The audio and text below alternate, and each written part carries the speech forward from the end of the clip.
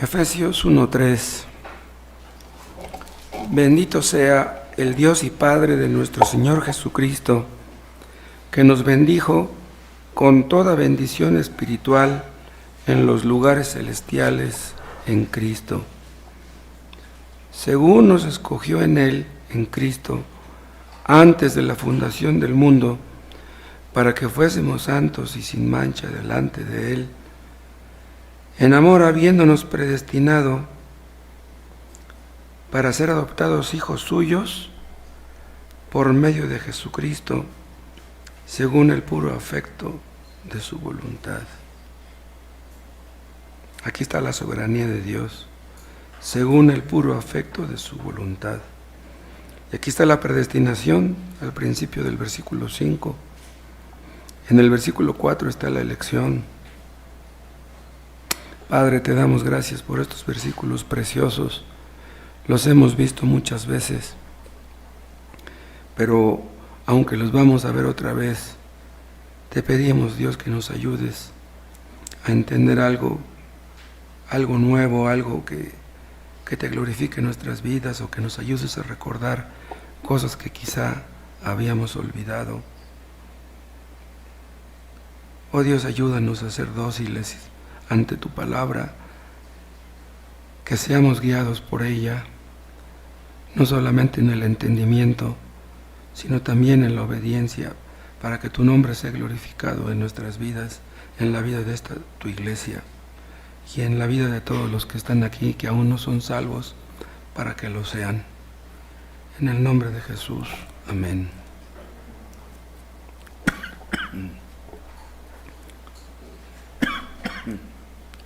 Dice el versículo 4, según nos escogió en Él.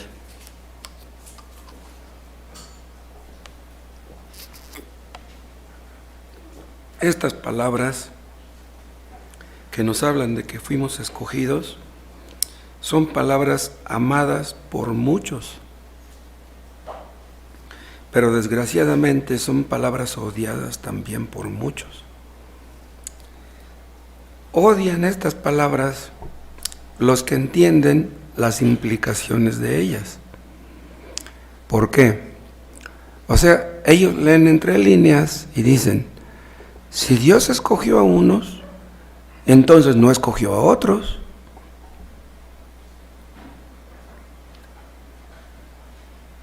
Si algunos fueron escogidos desde antes de la fundación del mundo para ser salvos, dicen, entonces, muchos no fueron escogidos desde antes de la fundación del mundo.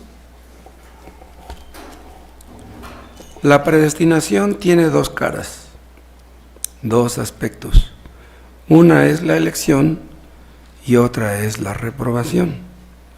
Los que no son escogidos son reprobados o rechazados. Si Dios escogió a algunos, lo hizo en su soberanía, como vimos en los estudios anteriores.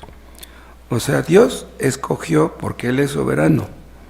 Aquí no se trata de si Dios cometió una injusticia en el asunto. La elección no es cuestión ni de justicia ni de injusticia, es cuestión de soberanía. Dios hace lo que quiere con lo suyo. Pero aquí hay un problema. Si Dios predestinó a unos desde antes de la fundación del mundo para ir al cielo, predestinó a otros desde antes de la fundación del mundo para ir al infierno, esto es lo que algunos teólogos llamarían la predestinación doble. Pero vean, nosotros no creemos en eso, que haya tal cosa como predestinación doble. Algunos tienen la idea de que algunos son predestinados para salvación, pero que todos tienen la oportunidad de ser salvos. Dios les ofrece a todos la salvación. Si creen en Cristo, son salvos, son escogidos. Si no creen en Cristo, son reprobados, son rechazados. Pero ellos dicen que Dios quiere que todo mundo conozca el Evangelio y que todo mundo sea salvo. Pero eso no es verdad tampoco. ¿Por qué? Porque millones de personas, millones de personas murieron sin conocer el Evangelio. Ahora, si una persona murió sin conocer el Evangelio, es porque Dios quiso que muriera sin conocer el Evangelio.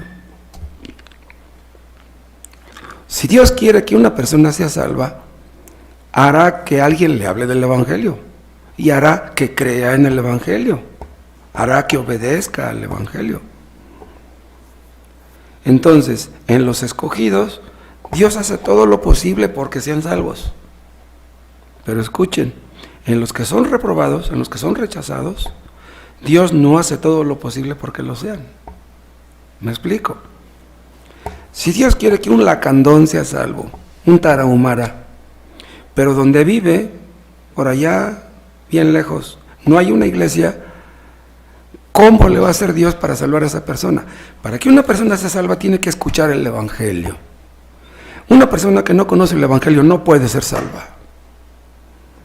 Entonces, si donde vive un lacandón no hay quien le predique el Evangelio, Dios hará que alguien le hable del Evangelio. ¿Cómo? Yo no lo sé, pero Dios lo hará.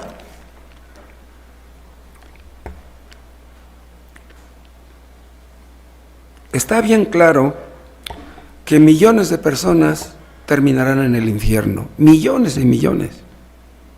Pero también está claro que millones y millones de personas serán salvas. En el Apocalipsis leemos que los que van a ser salvos serán millones y millones de personas. Pero millones y millones de personas serán condenadas eternamente en el infierno. Cada uno será juzgado según sus obras. Cada quien cosechará lo que sembró. Es injusto que una persona coseche lo que siembra. Si millones de personas murieron sin conocer el Evangelio, Dios ya sabía que no iban a conocer el Evangelio, porque Dios no les iba a enviar quien se los predicara. Entonces, Dios ya sabía que esas personas acabarían en el infierno. Pero si Dios ya sabía que acabarían en el infierno, ¿Dios cometió una injusticia al crearlas? ¿Sería mejor que no las hubiera creado? ¿Fue una crueldad de parte de Dios el crearlas? Vean ustedes en Juan, en el capítulo 17.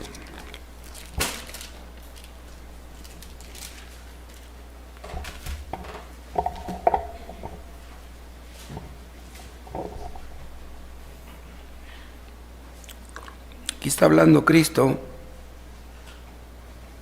un poco antes de ser arrestado. Estas palabras las dijo en el aposento alto, ahí donde Cristo instituyó la Santa Cena precisamente.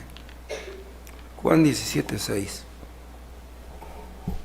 Vean lo que le está diciendo al Padre.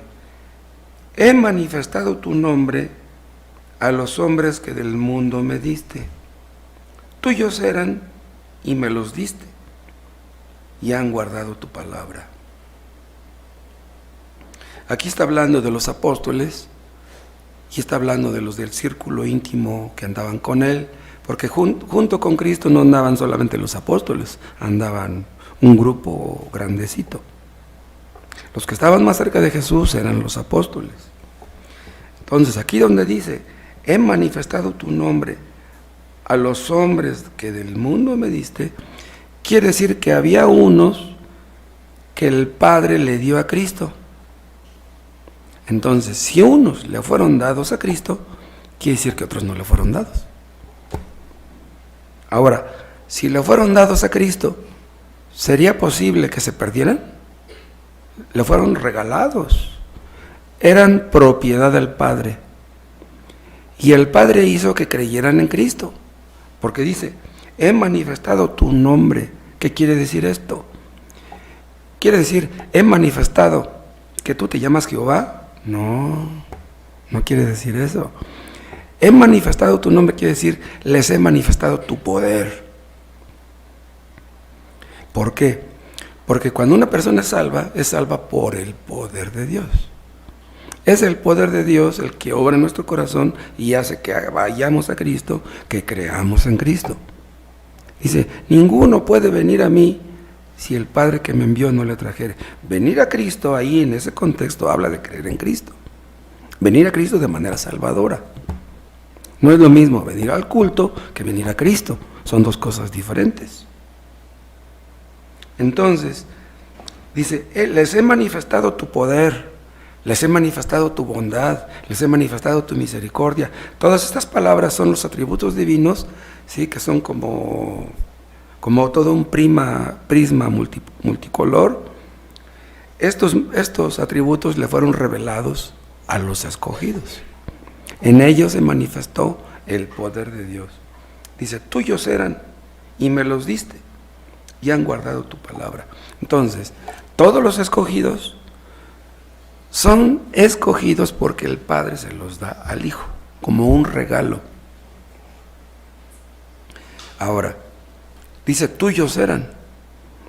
En un sentido, todos somos de Dios, porque Dios nos creó a todos. Dios nos creó tanto a los que terminaremos en el cielo como a los que terminarán en el infierno. Bueno, pues de entre esos que eran propiedad del Padre, unos les son dados a Cristo y otros no.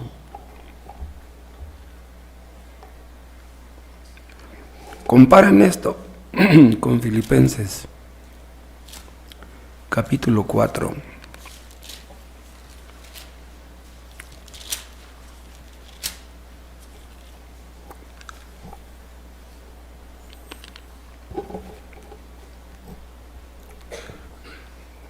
Filipenses 4, vean lo que dice el apóstol en el versículo 3. Asimismo te ruego también a ti, compañero fiel, que ayudes a estas, está hablando de Evodia y Síntique, que combatieron juntamente conmigo en el Evangelio, con Clemente también, y los demás colaboradores míos, cuyos nombres están en el libro de la vida. ¿Cómo se atrevió Pablo a decir que el nombre de Evodia y de Síntique y de otros colaboradores de él estaban escritos en el libro de la vida? ¿Acaso Pablo pudo ir al cielo y ver el nombre escrito de estas personas? Entonces, como dice, los nombres de estos están escritos en el libro de la vida. Bueno, la respuesta no es difícil. Podemos saber si el nombre de una persona está escrito en el libro de la vida, si vemos que oye el Evangelio y cree en él y se somete a Cristo. Entonces, vemos frutos en la conversión de la conversión de una persona y decimos, el nombre de esta persona está escrito en el libro de la vida allá en el cielo. Ese libro está allá. En ese libro están escritos los nombres de todos los cristianos, de todos los creyentes a través de la historia, desde Abel hasta aquí.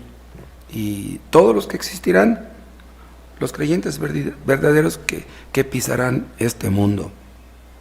Entonces, si hay unos nombres que están escritos en ese libro desde antes de la fundación del mundo, quiere decir que hay otros que no están escritos desde antes de la fundación del mundo. Esos nombres solamente Dios los conoce, nosotros no. Si ustedes me preguntan a mí y me dicen, hermano, mi nombre está escrito en el libro de la vida, le digo, yo no lo sé. Pero si tú crees en Cristo, te sometes a Él, te arrepientes de tus pecados, te apartas del pecado, no cabe duda, tu nombre está escrito allá.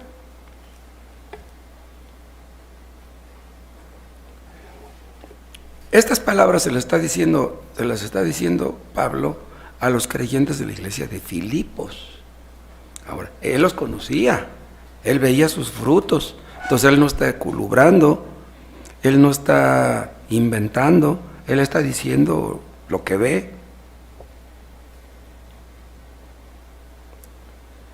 Si ustedes creen de todo corazón en el Evangelio,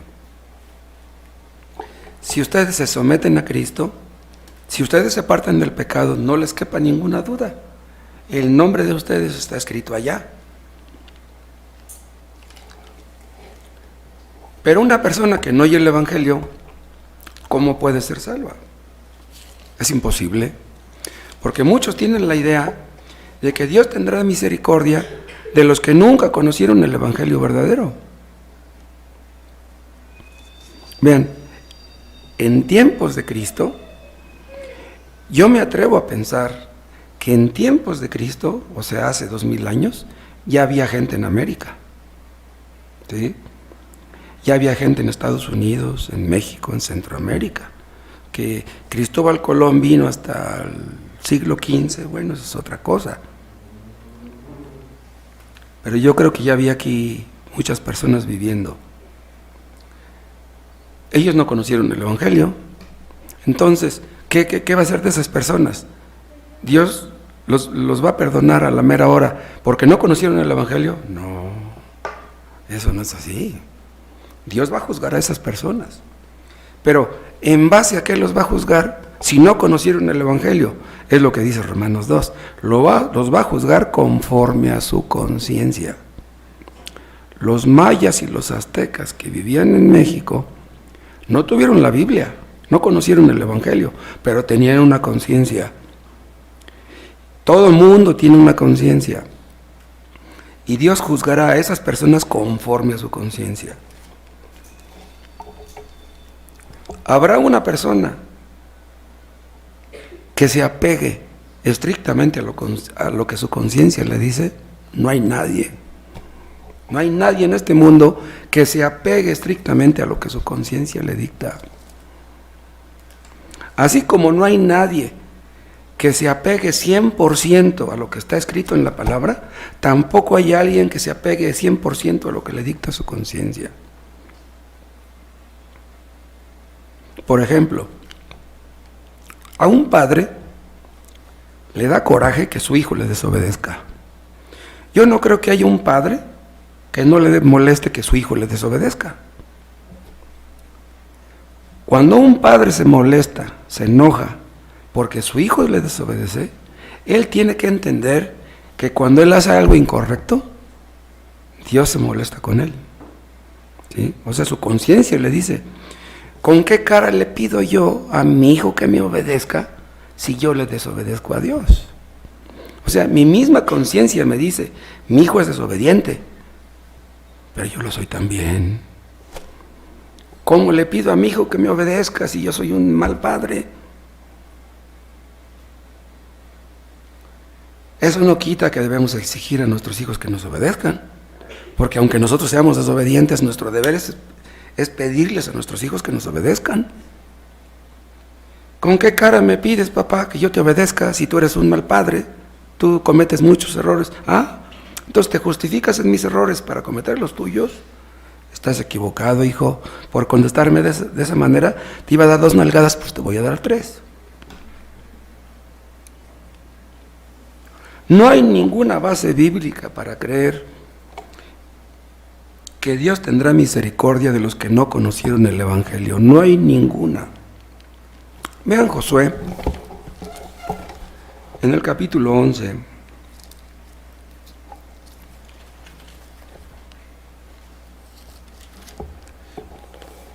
Aquí hay unos versículos muy interesantes, vean. Josué 11.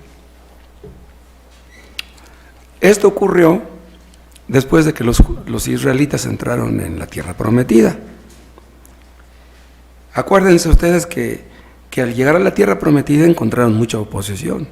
La tierra que Dios había prometido darles, ellos tenían que obtenerla por su espada. O sea, los enemigos no se fueron solos: órale, pues ahí les dejamos la tierra. No. Ellos tenían que apoderarse por medio de su espada. Dice Josué 11:18. Por mucho tiempo tuvo guerra Josué con estos reyes. No hubo ciudad que hiciese paz con los hijos de Israel, salvo los heveos que moraban en Gabaón, todo lo tomaron en guerra. Pero vean lo que dice ahora. Porque esto vino de Jehová. Vean, ¿qué vino de Jehová? Que los cananeos se opusieran a que tomaran posesión de la tierra los israelitas. Porque esto vino de Jehová, que endurecía el corazón de ellos, de los cananeos, de los amorreos, para que resistiesen con guerra a Israel, para destruirlos. ¿Para destruir a quiénes? A los amorreos. Vean, aquí no habla de destruir a los israelitas, obviamente. Habla de que Dios quería destruir a los amorreos. Dice, y que no les fuese hecha misericordia. Vean, Dios no quería tener misericordia de los cananeos. Por eso Dios les dijo por medio de Josué, mátenlos a todos. Pero ¿qué clase de Dios es este? Que les dice a los israelitas, maten a los cananeos. Dios no quería tener misericordia de ellos, pero ¿cómo? Vean, Dios tenía misericordia de los israelitas, de los cananeos no. Qué tremendo es esto. ¿No dice en Romanos 9, tendré misericordia de quien tendré misericordia? Me compadeceré de quien me compadezca. O sea, Dios no tiene la obligación de tener misericordia de nadie. Y si Dios quiso tener misericordia de los israelitas, bendito sea.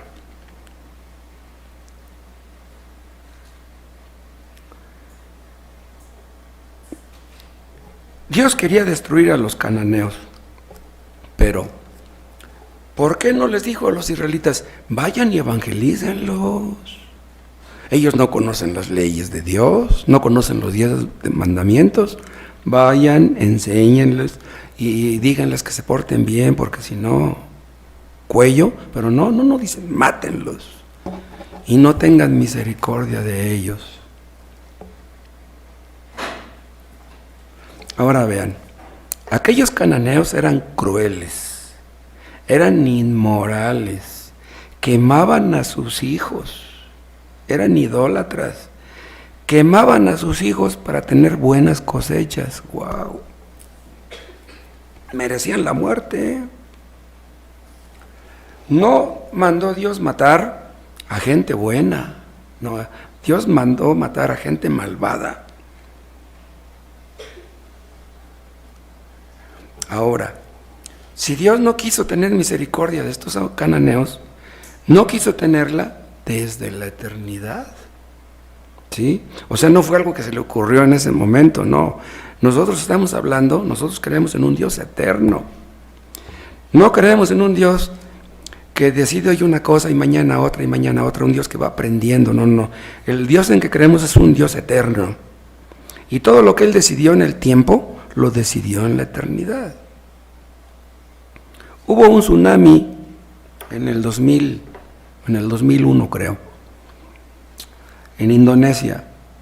Murieron 400,000 personas en Indonesia.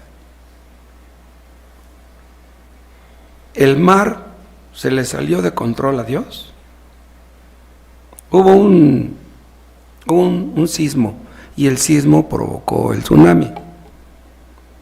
Ese sismo Dios lo tenía preparado desde antes de la fundación del mundo. Dios quiso quitarles la vida a 400,000 personas así. Eso no fue casual. Las providencias de Dios son demostraciones de sus decretos. O sea, lo que ocurre es porque Dios quiso que ocurriera. Rusia invadió a Ucrania porque Dios quiso que así fuera. Hitler invadió Polonia y ahí empezó la Segunda Guerra Mundial. ¿Por qué? Porque Dios quiso. Quien les quitó la vida a 6 millones de judíos no fue Hitler, fue Dios. Dios la traía contra los judíos. Eso no quiere decir que Hitler sea inocente. No, Hitler ahora está pagando las consecuencias. Dios tenía marcados a estos cananeos para destrucción. Ahora vean otro texto en Proverbios 16.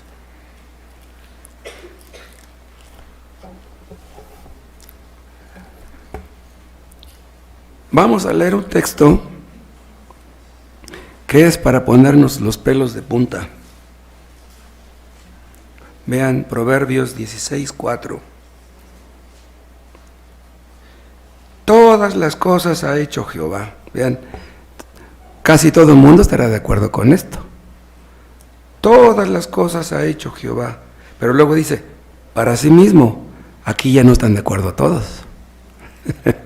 Aquí, con esto muchos tienen problemas.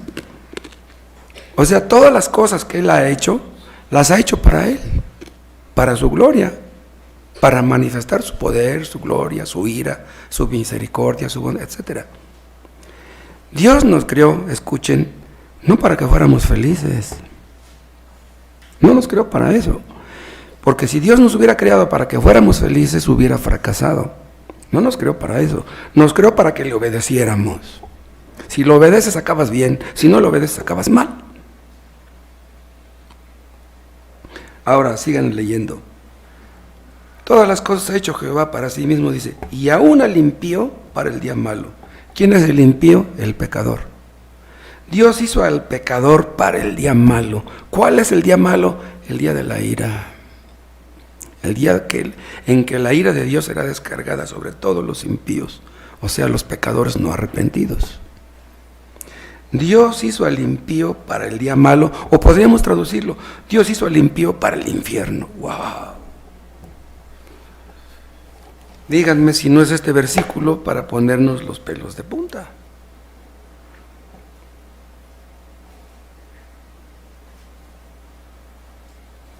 Yo les decía hace rato que si Dios quiere salvar a una persona, hará todo lo posible para que esa persona conozca el Evangelio. Yo les he contado a ustedes que mi primera Biblia la tuve a los 29 años. A mí me gustaba mucho leer de joven, pero yo leí mucha basura, libros sucios, libros malvados, libros ateos. Yo hubo un tiempo que me burlaba de Dios. Yo no creía que Dios existiera. Yo blasfemaba. Pero cuando yo tenía 29 años, me regalaron mi primera Biblia. Desde la primera vez que abrí la Biblia, Dios me atrapó. Me impactó lo que leí ahí en Mateo 5. Y nunca desde entonces dejé de leer la Biblia. Dios hizo que un amigo mío, que era testigo de Jehová, me regalara esa Biblia. Él era testigo de Jehová, pero era bien borracho. Me regaló la Biblia y le pregunté, oye, ¿y tú has leído este libro? Dice, pues algo he leído, dice. Dice, pero pues no, dice, léelo tú. Ese libro a él no le sirvió, pero a mí sí. ¿Por qué? Pues porque Dios quiso. Dios no lo quiso salvar a él. Yo fui a su entierro de ese amigo, murió alcoholizado. Y estaba bien joven, tendría unos 38, cuando mucho. Si Dios quiere salvar a una persona, Dios hace todo lo posible porque escuche el Evangelio. ¿Ustedes ya están escuchándolo aquí? Ahora, si ustedes están escuchando aquí el Evangelio, es que Dios quiere salvarlos a ustedes. Si ustedes no son salvos, no es porque Dios no quiera, es porque ustedes no quieren serlo. Millones de personas perecieron en México antes de que llegaran los primeros misioneros cristianos. ¿Saben ustedes cuándo fue más o menos cuando llegaron a México los primeros misioneros cristianos? Fue como por 1880, 1870, por allá así. ¿Tú sabes, hermano, más o menos la fecha? Más o menos a finales del siglo XVIII. No, 1880 es del siglo XIX.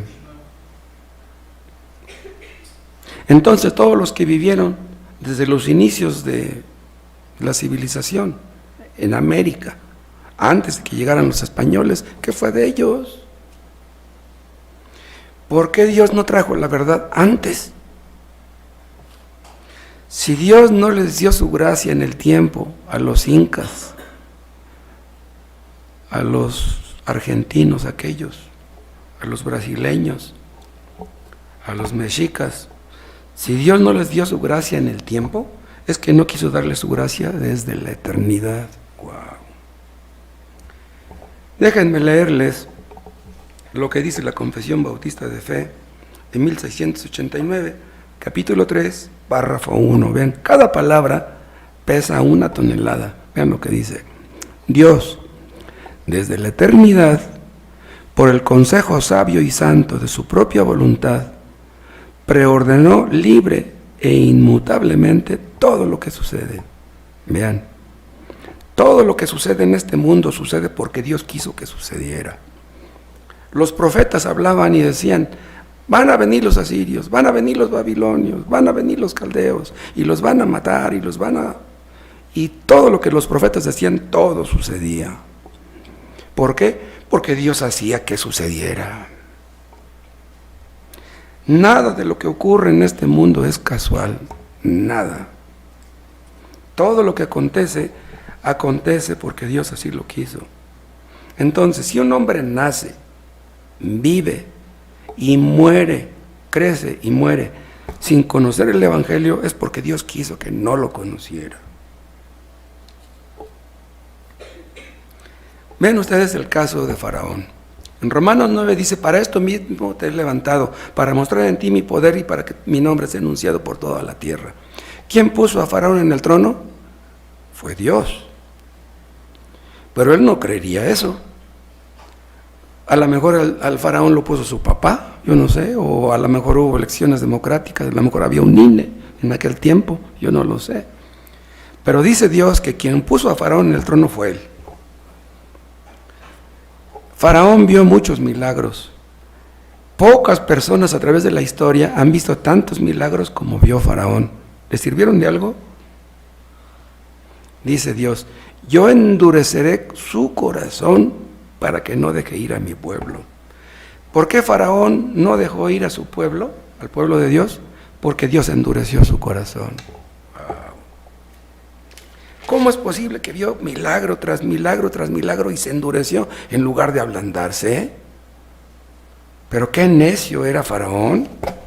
Pero si Dios dijo que iba a endurecer su corazón, ¿sería posible que no lo endureciera? Vean en Romanos 9.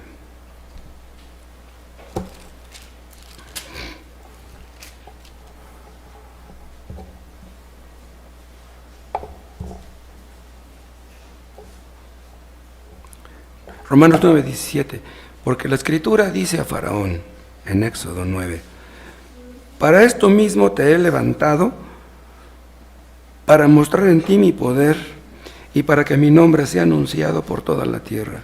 ¿En qué sentido Dios mostró en Faraón su poder? ¿En qué sentido? Bien, en el sentido de ponerlo en el trono y en el sentido de endurecerlo. Las dos cosas. Por eso dice el 18, de manera que de quien quiere tiene misericordia y el que quiere endurecer, endurece. Aquí está poniendo como ejemplo a Faraón de un endurecimiento. Ahora, si Dios pudo endurecer el corazón de Faraón, ¿podrá existir algún corazón que Dios no pueda endurecer? Faraón era rey de uno de los países más poderosos de aquel tiempo y Dios pudo hacerlo, pues lo puede hacer con cualquiera. Dice, para mostrar en ti mi poder. Vean, Dios levantó a Faraón, esto ocurrió antes de que Faraón naciera. O sea, antes de que Faraón fuera nombrado Faraón, Dios ya sabía que ese hombre iba a ser nombrado Faraón. Ahora, ese niño nació, Faraón, cuando era un niño, nació para ser Faraón. Ese niño es posible que se haya enfermado en alguna ocasión. Egipto era un país donde abundaban las enfermedades estomacales. ¿Por qué? Porque las aguas, los hombres bebían las aguas del Nilo y esas aguas no son limpias. Las aguas de cualquier río no son limpias, son rarísimas las que serán limpias. Ustedes las ven cristalinas, pero no, hombre, son un montón de microbios. ¿No se enfermó de niño Faraón? ¿Era posible que muriera de una enfermedad estomacal? No, no podía ser. ¿Por qué no podía ser? Porque Dios lo creó para ser Faraón. Los que somos salvos aquí, nos enfermamos de niños. ¿Pudimos haber muerto de niños? No. ¿Por qué no? Porque Dios quería que fuéramos salvos. Si Dios va a salvar a una persona, la salvará y hará que conozca el Evangelio a cualquier edad. Pero hará que oiga el Evangelio y se salva. Hay personas que han sido salvas a los 60, a los 70, a los 80 años. Dios los preservó tantos años para que llegaran a conocer la verdad. Hizo que la oyeran, que la creyeran, fueran salvos. ¿Están en Romanos 9?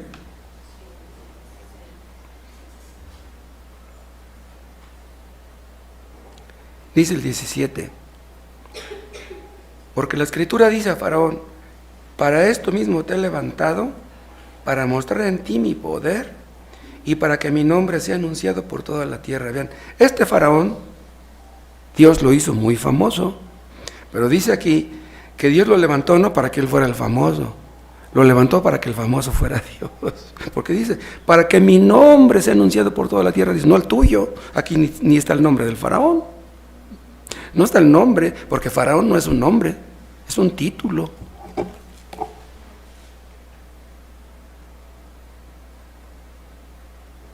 Comparen esto con Éxodo 9.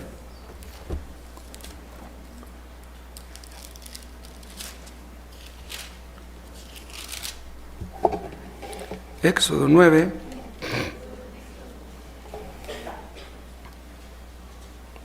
(9:13).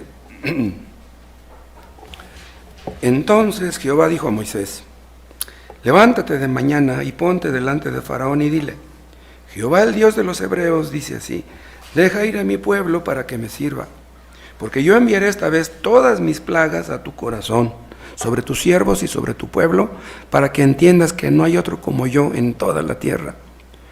Porque ahora yo extenderé mi mano, dice, extenderé mi mano para herirte a ti y a tu pueblo de plaga, y serás quitado de la tierra. Vean, aquí donde dice para herirte, quiere decir para destruirte. Egipto fue destruido por las plagas. En la película de los 10 mandamientos, los que mueren son los ejércitos. Pero hay otros versículos que junto con este demuestran que Faraón murió ahogado en el mar. ¿Sí? Porque Dios quiso quitarle la vida en el mar.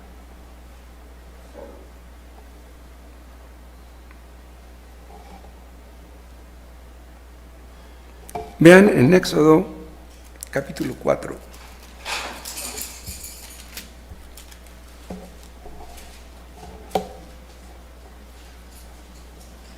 Éxodo 4:21. Y dijo Jehová a Moisés: cuando hayas vuelto a Egipto, mira que hagas delante de Faraón todas las maravillas que he puesto en tu mano, pero yo endureceré su corazón de modo que no dejará ir al pueblo. Vean lo que dice: yo endureceré su corazón. Ustedes han leído que Dios ablandó el corazón de Ciro y permitió que los israelitas reconstruyeran su templo. Ciro era un rey pagano, un rey extranjero,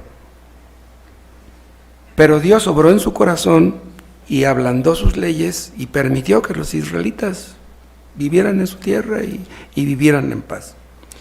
Si ablandó el corazón de Ciro, ¿por qué no ablandó también el corazón de Faraón? Ándenle pues, váyanse.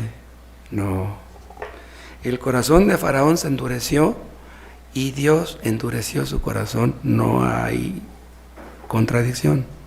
Dios en su soberanía endureció el corazón de Faraón, pero Faraón se endureció porque quiso endurecerse. Entonces, cuando leemos que Dios endureció su corazón, no estamos diciendo que Dios sea culpable de que Faraón se haya endurecido. No, Faraón se endureció porque él quiso. ¿Saben qué pasa con nosotros? Si Dios nos abandona, nos endurecemos. ¡Ay de nosotros si Dios nos abandona! ¿Saben ustedes cuándo Dios abandona a una persona? Como dicen en Romanos 1, cuando Dios los entrega al pecado que aman. ¿Quieres pecar?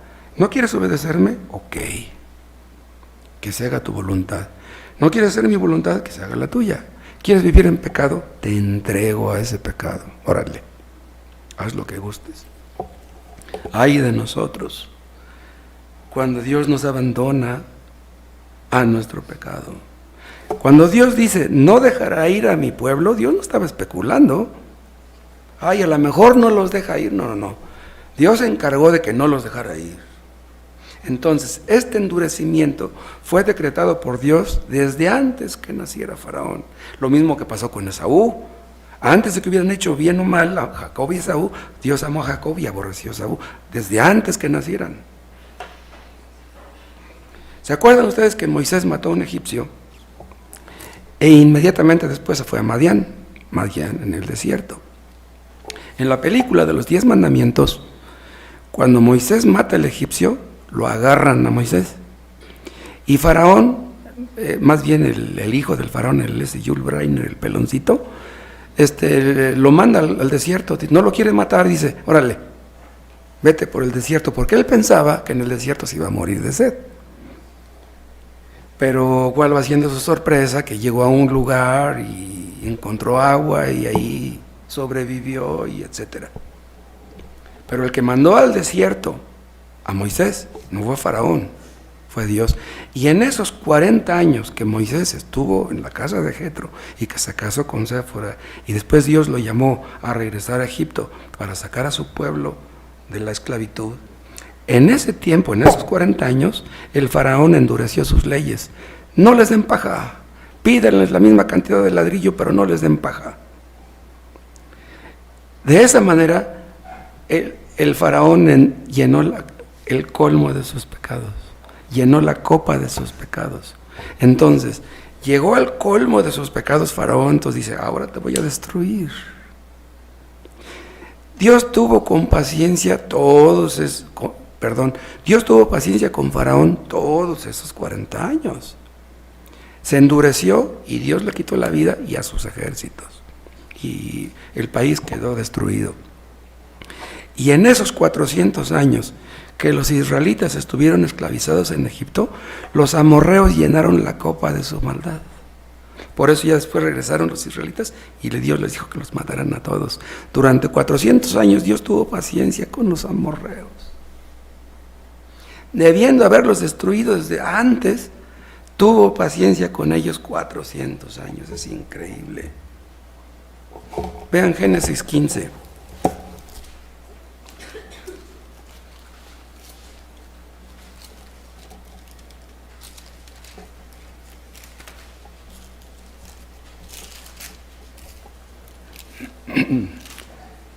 Génesis 15:13. Entonces Jehová dijo a Abraham, bien, Abraham, mucho antes de que existiera Moisés. Entonces Jehová dijo a Abraham, ten por cierto, 15:13, ten por cierto que tu descendencia morará en tierra ajena, y será esclava ahí, y será oprimida 400 años. Ven, aquí le está profetizando Dios que los judíos, los israelitas, iban a estar esclavos en Egipto 400 años. Ahora, mas también a la nación a la cual servirán, o sea, los egipcios, dice, juzgaré yo, y después de esto saldrán con gran riqueza. Vean, Dios le profetizó esto a Moisés. Los israelitas estarían todavía, ¿cuánto faltaba para que nacieran Abraham y Isaac y Jacob? Pasaron muchos años, pero Dios se lo está advirtiendo desde mucho antes que sucediera. Vean la paciencia de Dios. Dice el 15, le dice a Moisés, y tú vendrás a tus padres en paz y serás sepultado en buena vejez. Todo esto se lo profetizó Dios a Moisés. Y en la 4ª generación volverán acá, dando aquí a entender más o menos que una generación son 100 años, ¿sí? Y en la 4ª generación volverán acá, o sea, a la tierra prometida, porque aún no ha llegado a su colmo la maldad del amorreo hasta aquí. La palabra amorreo es un término genérico que engloba a los jerjeseos, a los jebuseos, a los Todos los que terminan con eos, ¿sí? ¿Sí? O sea, aún no ha llegado a su colmo. O sea, en esos 400 años, los cananeos llegaron al colmo de la maldad. Por eso Dios les dijo, mátenlos a todos. Ahora, ¿Dios fue culpable de que los cananeos llegaran a su colmo? ¿Dios fue culpable de que Moisés, de que Faraón llegara a su colmo?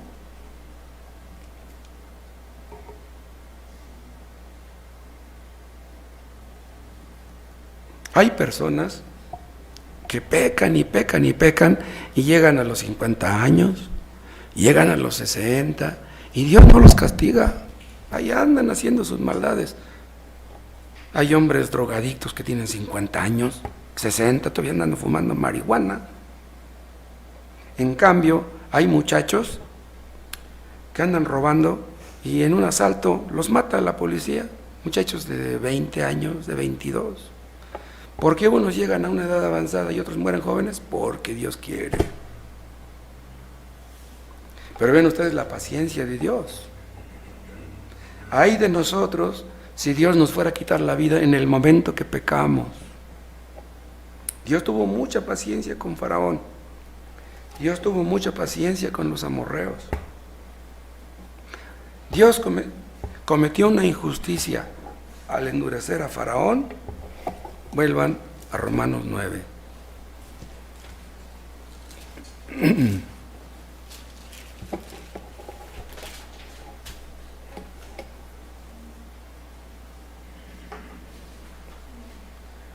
Nueve 17. Porque la Escritura dice a Faraón, para esto mismo te he levantado, para mostrar en ti mi poder y para que mi nombre sea anunciado por toda la tierra. De manera que de quien quiere tiene misericordia y el que quiere endurecer, endurece. Dice, pero me dirás, vean, aquí se adelanta Dios a contestar una posible objeción, pero me dirás, ¿por qué pues sin culpa? Porque ¿quién ha resistido a su voluntad? Si Dios endureció a Faraón, entonces Faraón no tiene la culpa de haberse endurecido. Dice, porque ¿quién ha resistido a su voluntad? Pues si se endureció, pues porque fue la voluntad de Dios, no la voluntad de Faraón. Y dice el 20, más antes, oh hombre, ¿quién eres tú para que alterques con Dios? Altercar con Dios es pelear con Dios o discutir con Dios. Dice, dirá el vaso de barro al que lo formó, ¿por qué me has hecho así? Vean, si Dios endureció a Faraón, lo usó como un vaso de barro. Dios nos compara vasos de barro, somos de tierra. El barro pues, se forma de la tierra, juntas el agua con la tierra y pues, se hace el barro. Si un alfarero agarra barro y hace una olla bonita, y agarra barro y hace una olla fea, Dios comete una injusticia. El alfarero comete una injusticia al hacer una olla fea. No, eres injusto, porque hiciste esa olla tan fea. Yo la quise hacer, pues es mi olla, es mi barro. Si Dios hace de los hombres que somos barro un vaso para deshonra, ¿Dios comete una injusticia? No. Aquí no entra en juego ni la justicia ni la injusticia. Lo que entra en juego es la soberanía. Dios endureció a Faraón porque Dios es soberano, porque quiso. ¿Quién va a discutir con él? Dice, ¿quién eres tú para que discutas con Dios? Si discutes con Dios, si te peleas con Dios, más estás demostrando que Dios hizo bien al abandonarte, al endurecerte. Una persona que no se ablanda, escuchen, una persona que no se ablanda ante las providencias, se endurece. Una persona que nunca ha estado gravemente enferma y que de repente tiene que estar en el hospital 15 días, un mes, wow, pues Dios te está hablando. No me buscabas, pues búscame ahora que estás en el hospital. No te acordabas de mí, pues a ver si ahora te acuerdas. Perdiste el trabajo, perdiste un hijo, perdiste a tu mamá y no te ablandas, sigues igual de soberbio y de orgulloso. Dios nos baja los humos, pero si somos orgullosos, dice, aunque por mis providencias te estoy humillando, ¿no quieres humillarte? Órale. ¿Quieres pecar? Peca.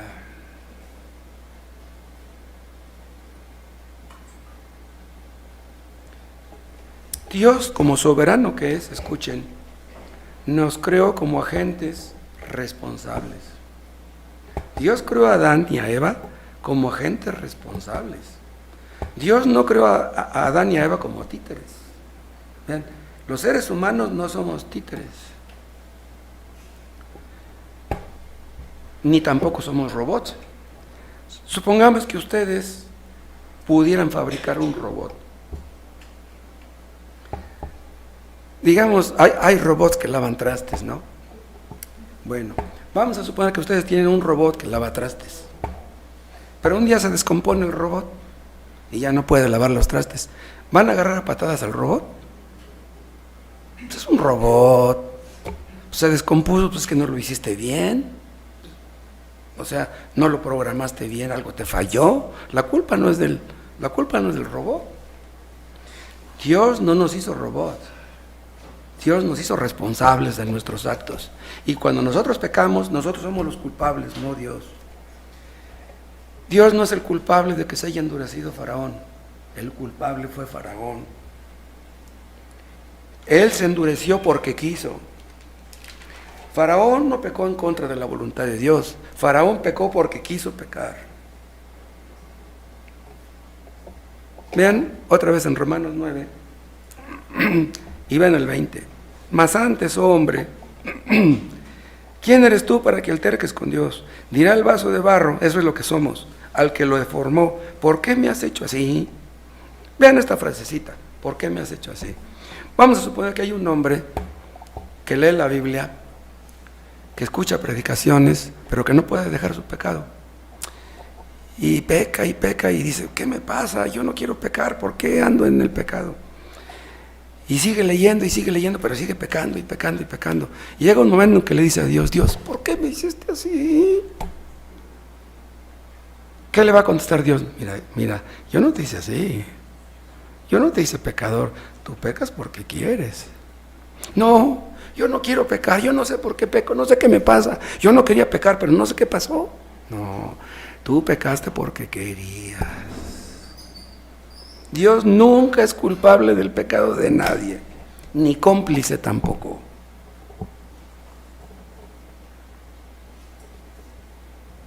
Una persona peca porque prefiere pecar.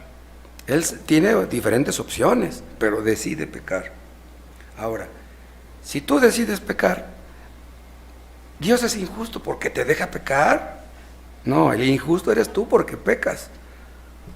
Les conté de un amigo, pues el que me regaló la Biblia precisamente. Le gustaba tomar, y un día entró ahí donde yo trabajaba con una caguama en la mano, y me dice, mira Moisés, yo soy borracho porque Dios quiere que sea borracho. Y le dije, caray, le dije, a ver, explícame eso. Dice, mira, si Dios no quisiera que me tomara esta caguama, haría que mi mano se quedara tiesa y ya no me la tomaría. ¿Qué sentiría un borracho que tiene aquí la caguama y quiere tomársela, pero no puede? ¿Saben qué? Iría a que le dieran una terapia, ya cuando estuviera bien, otra vez volvería a agarrar la caguama.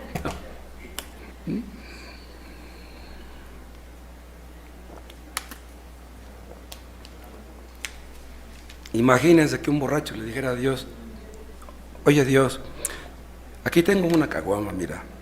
Si tú no quieres que me la tome, impide que me la tome. ¿Por qué habría de impedirlo? Pues quieres tomártela, tómatela.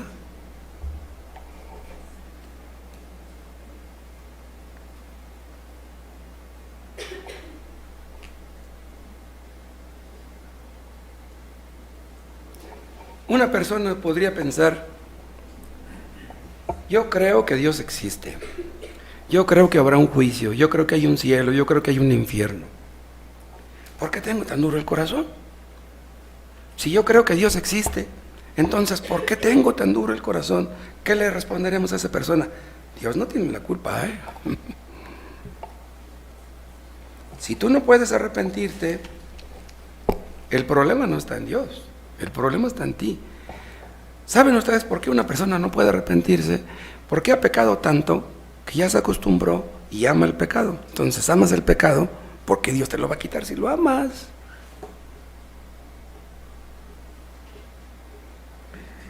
Esta doctrina de la reprobación es tan tremenda que muchos han puesto objeciones y han sacado ideas antibíblicas acerca del asunto. Por ejemplo, dicen algunos que esta doctrina hace que Dios tome a personas inocentes y las convierta en pecadoras. Pero vean, Dios no tomó a personas inocentes para hacerlas pecadoras. Las personas pecan, ya dije, porque quieren pecar. Imagínense que Dios hubiera creado al hombre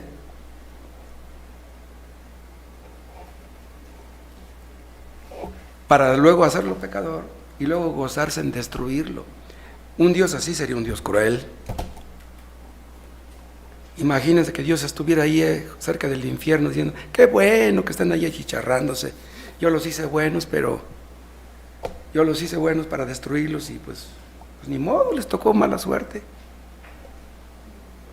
Yo les comentaba hace 8 días que Dios contempló la masa caída, la raza caída como una masa ya pecaminosa.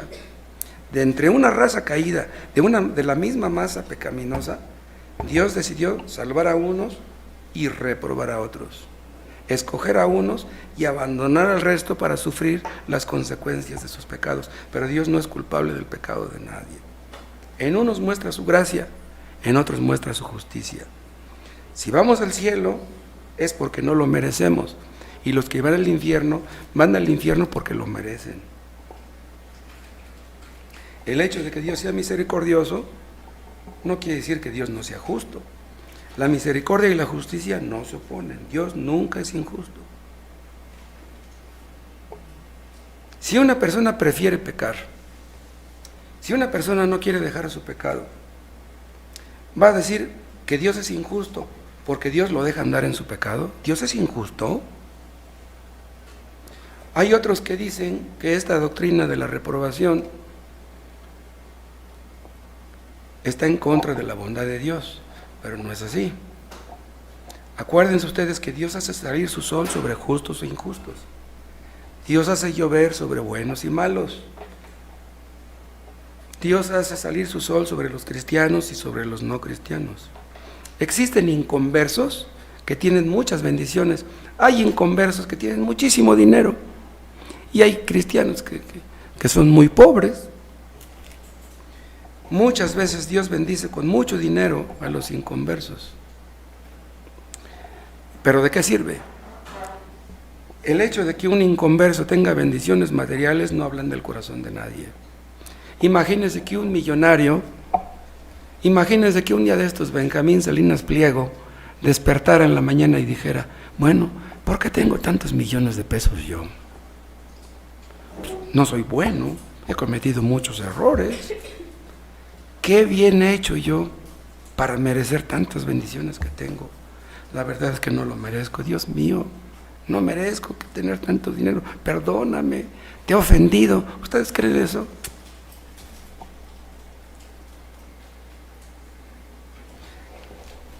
Hay muchos millonarios ahora que están en el infierno. ¿Qué van a decir ellos? ¿Ustedes creen que hay alguien en el infierno que diga, Señor, yo quería ser bueno, yo no quería pecar, yo quería arrepentirme, pero tú no me dejaste, tú endureciste mi corazón, yo quería leer la Biblia, pero pues endureciste mi corazón, por eso no la leía, yo quería ir al culto, pero pues no iba porque tú no me dejabas, pues hiciste que me gustara más el fútbol? No. Si tú no eres salvo es porque tú no has querido. Si amas el pecado, si amas las cosas de este mundo, si no quieres arrepentirte de tus pecados, ¿cómo quieres que Dios te perdone? Si tú quieres ir al cielo, si tú quieres arrepentirte, órale. Vean lo que dice en Efesios el apóstol Pablo.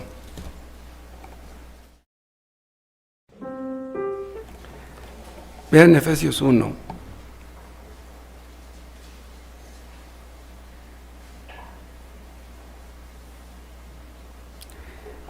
Dice el 5, en amor habiéndonos predestinado para ser adoptados hijos suyos por medio de Jesucristo según el puro afecto de su voluntad, para alabanza de la gloria de su gracia. Vean, ¿quién es el alabado por el hecho de que somos salvados, adoptados, predestinados?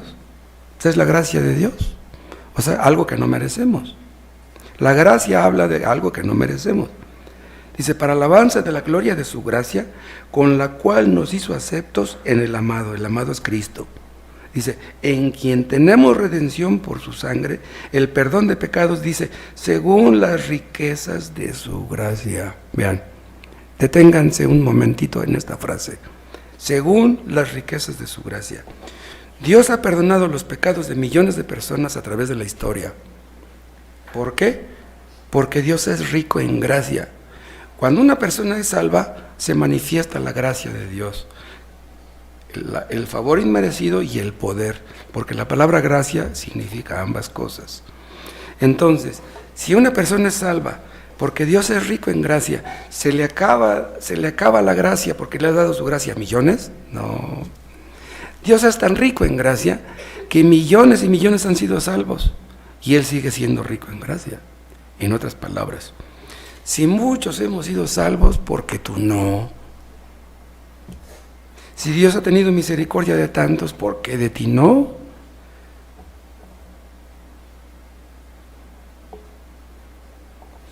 Nadie va a decir en el infierno, Señor, yo quise ser salvo, pero tú no quisiste salvarme. Nadie va a decir eso. Dios quiere que todos ustedes sean salvos. Entiéndalo de esa manera. Dios quiere que todos sean salvos. Y si tú no lo eres, no le eches la culpa a Dios. Gracias te damos, Padre, por tu infinita misericordia y por tu gracia que nunca se acaba. Que se manifieste esta noche, oh Dios, en los que están aquí que no son salvos, para que lo sean. Los que están escuchando por el YouTube, ayúdales a ver su pecado, ayúdales a arrepentirse, y tu gracia recibirá la alabanza. Te lo pedimos en el nombre de Jesús. Amén.